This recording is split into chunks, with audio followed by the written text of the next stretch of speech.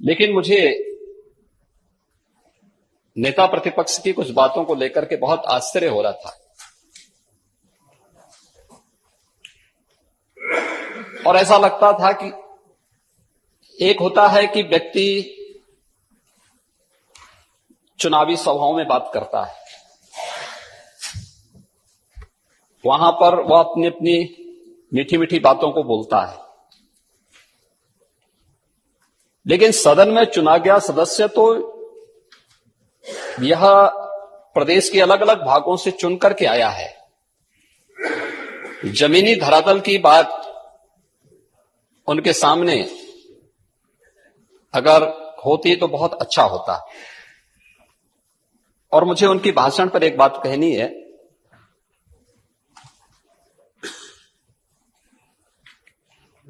कि नजर नहीं है, नजारों की बात करते हैं, जमी पे चांद सितारों की बात करते हैं।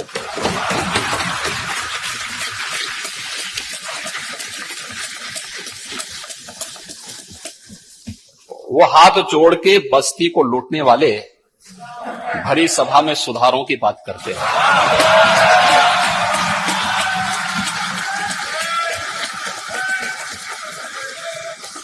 यहां पर एक उदाहरण प्रस्तुत कर रहा हूं। उत्तर प्रदेश के अंदर, उत्तर प्रदेश देश की आबादी का सबसे बड़ा राज्य है, लगभग 25 करोड़ की आबादी है उत्तर प्रदेश की। और इतने बड़ी आबादी का राज्य, हर एक सरकार ने अपने समय में जरूर कुछ प्रयास किया होगा, लेकिन उन जन आकांक्षाओं का प्रतीक आखिर हम क्यों नहीं बन पा रहे थे जो उत्तर प्रदेश की आवश्यकता थी।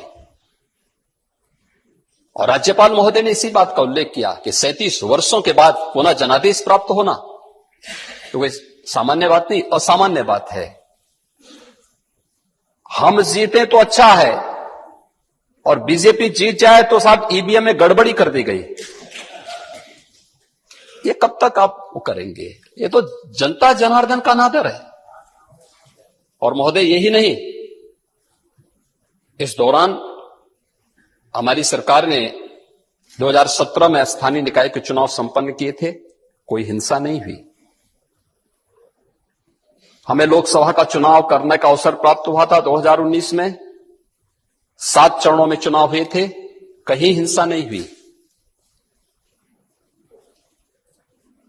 2021 में पंचायत चुनाव संपन्न हुए थे, 8 लाख से अधिक प्रतिनिधि चुने गए, शांतिपूर्ण तरीके से चुनाव हुए। 2022 में शांतिपूर्ण तरीके से विधानसभा के चुनाव भी संपन्न हुए, कोई आरोप प्रत्यारोप नहीं। चुनाव में हर दल अपनी बात को रख सकता था, कह रहा था, लेकिन चुनाव शांतिपूर्ण तरीके से हुए। पूरा भाषण 1 घंटे का अगर आप देखेंगे, मुझे लगता है कि नया जनादेश प्राप्त सरकार के सामने जब हम इस प्रकार की बात करते हैं तो एक प्रकार से जनादेश का अनादर ही कर रहे हैं। और मुझे इस पर एक बहुत अच्छी बात याद आती है। एक मनीषी ने कहा कि अभिमान तब आता है जब हमें लगता है कि हमने कुछ किया है,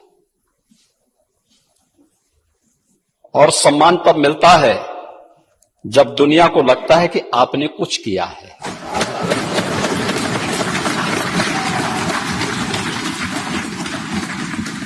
भारतीय जनता पार्टी और उससे जुड़े हुए सहयोगी दलों को जो जनादेश प्राप्त हुआ है, ये उसी सम्मान का प्रतीक है।